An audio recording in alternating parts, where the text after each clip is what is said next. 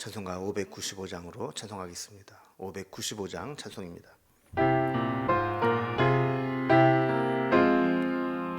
나 맡은 본분은 구주를 높이고 문 영혼 구원 얻도록 잘 인도함이라.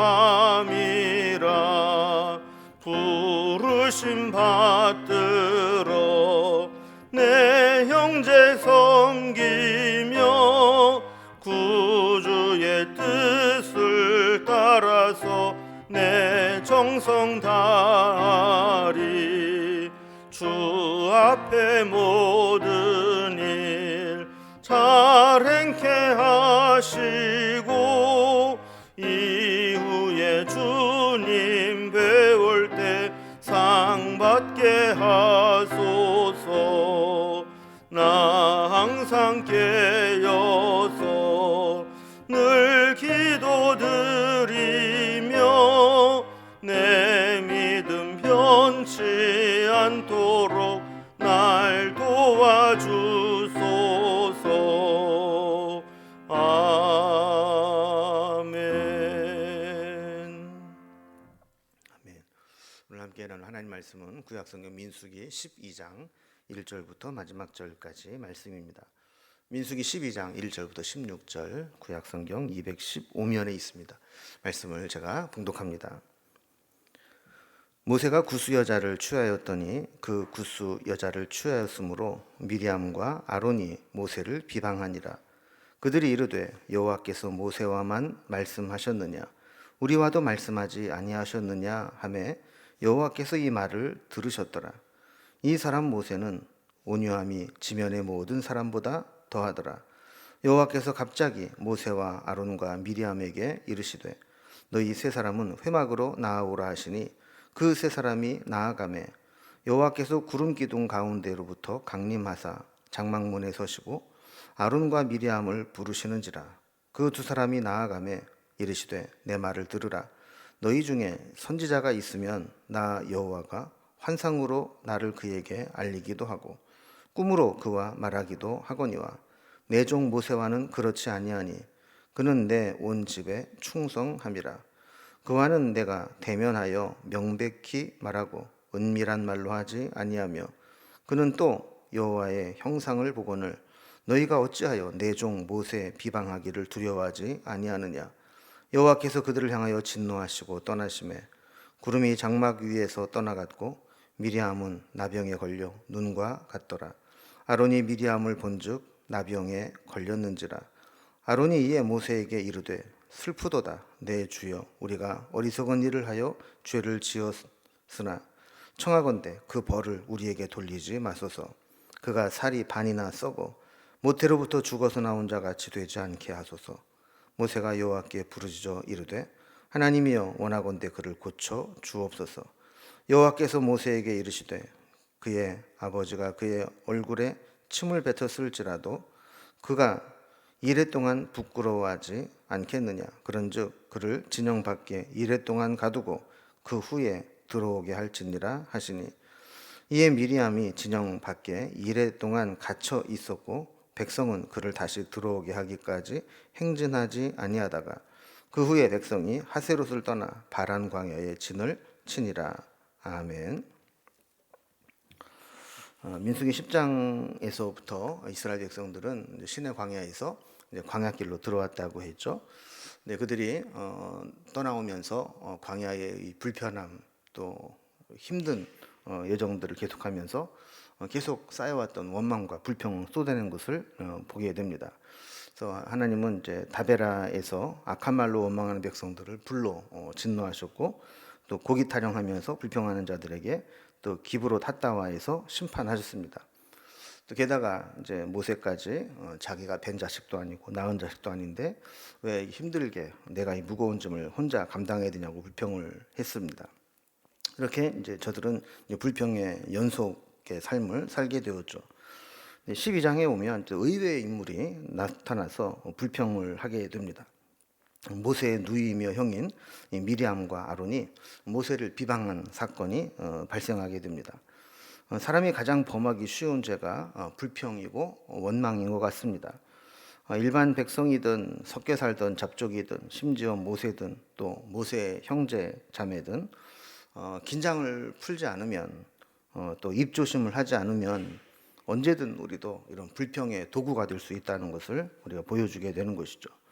그럼 오늘 모세의 형과 누나인 아론과 미리암은 어떤 불평을 했고 어떤 사건이 있었는지 한번 살펴보겠습니다. 오늘 본문을 단락별로 구분을 해보면 먼저 1절, 2절에서는 미리암과 아론이 모세를 비방하는 장면이 나오게 됩니다. 3절에서 10절까지는 이렇게 비방하는 미리암과 아론을 질책하시고 심판하시는 하나님의 모습이 나오게 되죠. 그 심판의 대표적인 것이 미리암의 나병이 드는 것인데 11절에서 16절까지 보면 이 모습을 보고 아론이 미리암의 낫기를 간청했고 모세는 하나님께 기도함으로 미리암이 회복되는 장면이 마지막에 나오고 있습니다. 그러면 이제 단락별로 좀 살펴봅니다. 먼저 미리암과 아론의 비방하는 모습입니다. 자, 이 비방이 어떻게 됐냐? 1절에 보면 모세가 구스 여자를 취하였다 이렇게 설명을 합니다. 구스는 우리가 알다시피 검다라는 의미를 가지고 있죠. 구스 여인이라고 하는 것은 피부가 고문 여인을 의미합니다.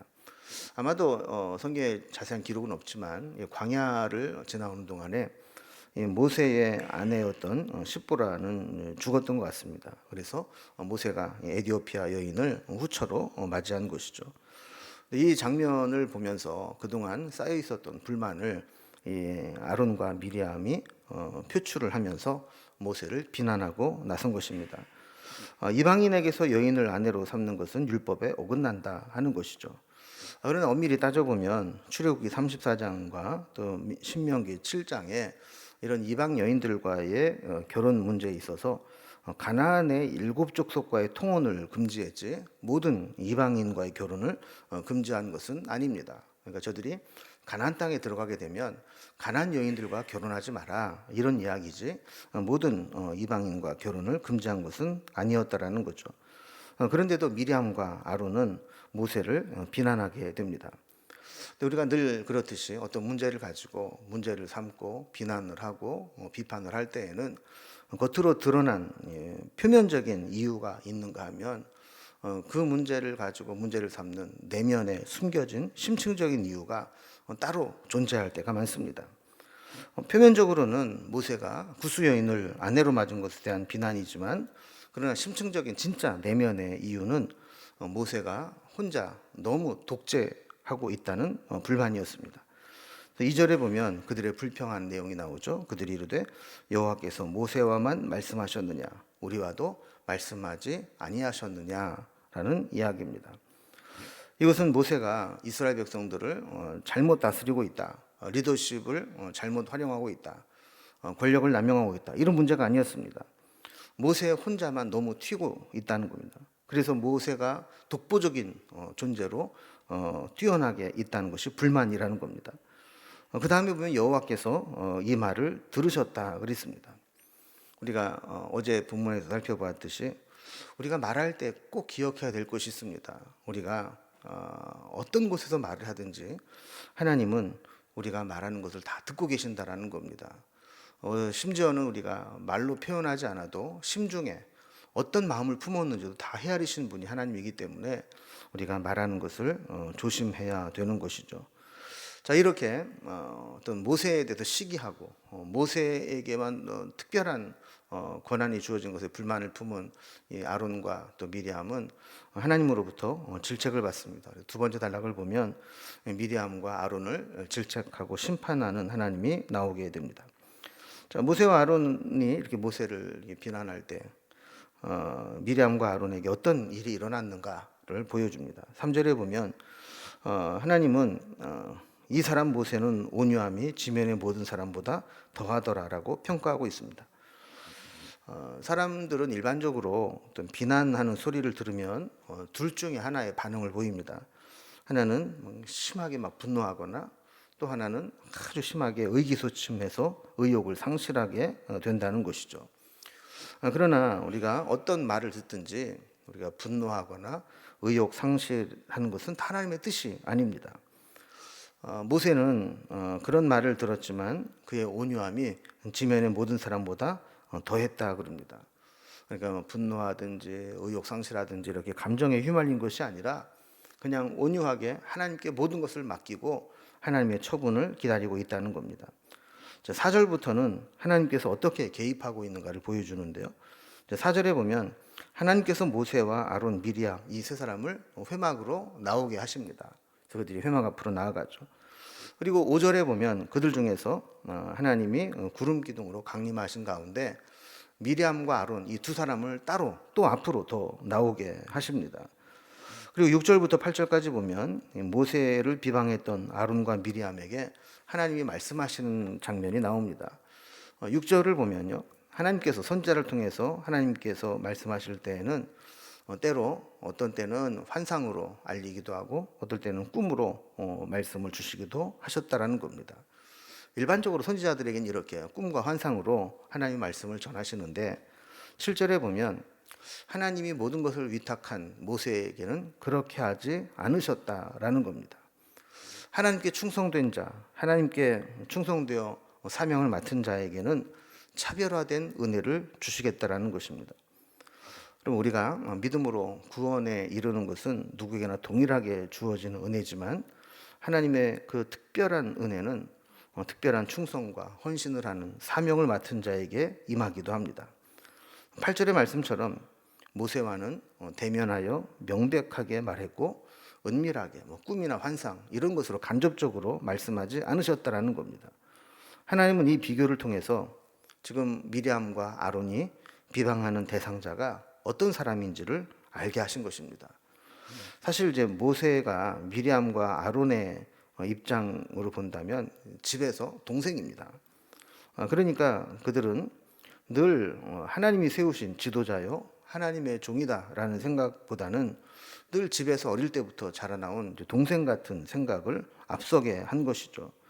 자, 그러다 보니까 순간 하나님이 지금 모세를 통해서 우리에게 말씀하시고 모세를 통해서 우리를 이끌고 계시구나 이거를 잊어버리게 된 겁니다. 그래서 두려움도 느끼지 못하고 하나님의 종 모세를 비방하게 되었다라고 하나님이 책망하시는 겁니다. 그래서 9절에 보면 모세를 변호해 주시는 하나님께서 이제 그들을 향해서 진노하시고 떠나가셨다 그럽니다. 사실 얼마나 두려운 말씀입니까? 이렇게 풀어주고 가셔야지. 그냥 너 이거 잘못한 거야 막 화를 내고 혼을 내시고는 그냥 떠나가셨다라는 거예요. 자, 그리고 나서 결과가 어떻게 됐느냐? 10절에 보면 하나님의 진노가 미리암의 나병으로 나타나게 되었습니다. 나병에 걸려서 눈이 내린 것처럼 피부가 그렇게 썩어가고 있었다라는 것이죠. 이 나병은 성경에서 하나님의 진노의 결과로 나타나는 병으로 인식되고 있습니다. 나병이 얼마나 심하게 일어나는지 문둥병이 퍼진 곳마다 피부가 눈처럼 하얗게 일어나게 됩니다. 이 모습을 통해 하나님의 종을 비방하는 것이 하나님이 얼마나 싫어하시는 것인가를 드러내게 되는 거죠. 자, 이 일로 인해서 이제 급해진 것은 이제 아론과 미리암이죠. 세 번째 단락을 보면 아론이 미리암의 치유를 위해서 모세에게 중보자가 되어 달라고 요청을 했고 모세는 또 사심없이 또 하나님 앞에 기도해서 미리암이 나병에서 회복되는 장면이 나오게 됩니다. 자, 미리암에게서 나병이 걸린 것을 보고 아론이 모세를 찾아가서 하나님께 중재를 요청합니다. 11절에 보면 아론이 이에 모세에게 이르되 슬프도다 내 주여 우리가 어리석은 일을 하여 죄를 범하였으나 청하건대 그 벌을 우리에게 돌리지 마옵소서 그랬습니다. 그러니까 아론이 가만히 생각을 해보니까 하나님 말씀으로 책망을 받고 또 그 불평과 비방을 주도했던 미리암에게 이런 중한 이 나병이 일어나는 것을 보면서 빨리 회개하지 않으면 결국 나에게도 이런 나병이 걸릴 수 있겠구나라는 긴박감이 들었던 것 같습니다. 그래서 아론은 자신들이 했던 이 어리석은 잘못에 대해서 잘못을 고하고 회개하고 난 다음에 하나님의 중재를 요구하는 겁니다. 12절에 보면 이 미리암의 살이 반이나 썩어 몰골이 흉측했다 그럽니다.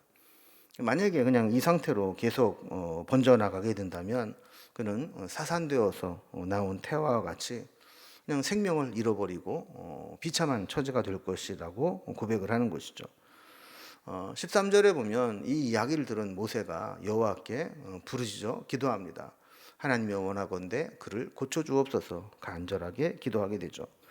14절에 보면 하나님께서 고쳐주시긴 하는데 즉시 고쳐주지는 않으면서 아버지가 그의 얼굴에 침을 뱉었을지라도 7일 동안은 부끄러워야 되는데 하나님이 세우신 종을 그렇게 비방을 했다면 7일 동안은 부끄러움을 느끼게 되지 않겠느냐 하면서 이 문둥병에 걸린 이 미리암을 진 밖으로 쫓아내서 이 문둥병자들이 머무는 곳에 7일 동안 가두어 두고 7일이 지난 후에야 진영 안에 들어올 수 있도록 하시겠다라는 겁니다.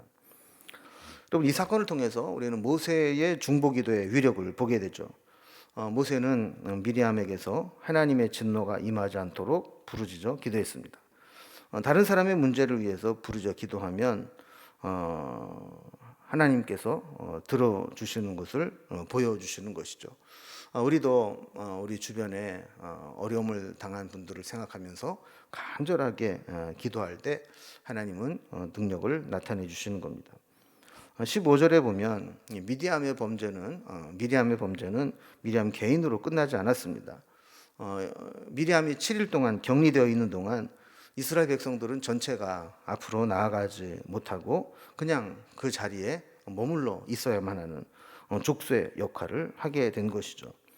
그래서 미리암이 격리 생활을 하는 7일 동안 이스라엘 백성들은 기다렸고 16절에 보면 하세롯을 떠나 바란 광야에 진을 치게 되었다 그럽니다. 결국 어떤 일을 하나님께서 우리에게 이루실 때 죄의 문제가 해결되지 않으면 그 죄의 문제 때문에 발목이 잡혀서 더 이상 앞으로 나아가지 못하게 하실 때가 있습니다. 이 죄의 문제가 완전히 해결되고 나서야 하나님은 그들을 다음 장소 바란 광야까지 이끌고 가신 것이죠. 오늘 말씀 보면 모세는 이런 비방을 받았지만 일반적인 사람이 감정에 휘말리는 것처럼 하지 않았습니다. 온유함으로 참을 때 하나님이 해결해 주시고 간섭해 주시는 것을 보게 되죠. 매튜 헨리라고 하는 성경 주석가는 이 본문을 해설하면서 이런 이야기를 했습니다. 우리의 명분으로 인한 싸움에는 우리가 침묵을 지키면 지킬수록 하나님은 그만큼 더 깊이 개입하신다라는 말입니다. 여러분, 사실 이게 좀 맞는 말입니다. 우리가 실천하기는 어렵지만 이 말씀이 진리의 말씀이죠. 우리는 어떤 명분으로 인한 싸움이 일어날 때 내가 막 해명을 하고 내가 막 문제를 해결하고 내가 나서서 막 징계를 하고 이렇게 하고 싶은 충동을 느끼게 됩니다. 그러나 신앙은 하나님께 맡기고 우리가 침묵하는 것이죠. 만약에 우리가 이런 일에 침묵하고 기다리고 있을 수 있다면 그만큼 침묵하고 하나님께 맡기고 기다리는 만큼 하나님은 더 깊이 개입하셔서 하나님이 그 문제를 해결해 주신다라는 것입니다. 신앙이라고 하는 것은 바로 이런 것이죠. 내 감정이 앞세우고 또 내 자아가 부각이 되려고 할 때마다 먼저 하나님 앞에 기도하고 온유함으로 기다리게 될 때 하나님이 이루실 것을 우리가 기다리는 것입니다. 우리가 오늘 말씀을 통해서 모세와 같은 온유함을 갖게 해달라고, 또 하나님이 인정해 주시는 그런 믿음을 갖게 해달라고, 하나님께 충성된 자로 살아갈 수 있게 해달라고 기도하면서 오늘 하루를 보내면 좋겠습니다. 기도하겠습니다. 하나님 아버지, 모세가 자기의 형과 누나에게 비방을 받게 되었지만 그는 감정적으로 대하지 않고 온유함으로 하나님께 맡기고 기다렸을 때 하나님께서 이 문제를 해결해 주시는 것을 보게 됩니다. 하나님, 우리도 침묵하면 할수록 하나님께서 깊이 개입하셔서 정리하실 것을 우리가 머리로는 알고 있지만 우리가 기다리지 못해서 내가 앞서갈 때가 많이 있습니다. 오늘 모세를 통해서 다시 한번 배우게 하시고 온유함을 가질 수 있도록 인도해 주시옵소서. 모세처럼 지면 위에 누구보다도 더 온유한 성품을 가질 수 있도록 인도하여 주시고 하나님께서 인정해 주시는 믿음의 사람이 되고 하나님께서 모세를 칭찬하셨듯이 그렇게 칭찬받는 믿음의 사람이 될 수 있도록 인도해 주옵소서. 오늘 하루를 살아가는 동안에도 온유함으로 살아가기를 소망하며 예수님의 이름으로 기도드리옵나이다. 아멘. 각자 기도 제목들로 자유롭게 기도하시겠습니다.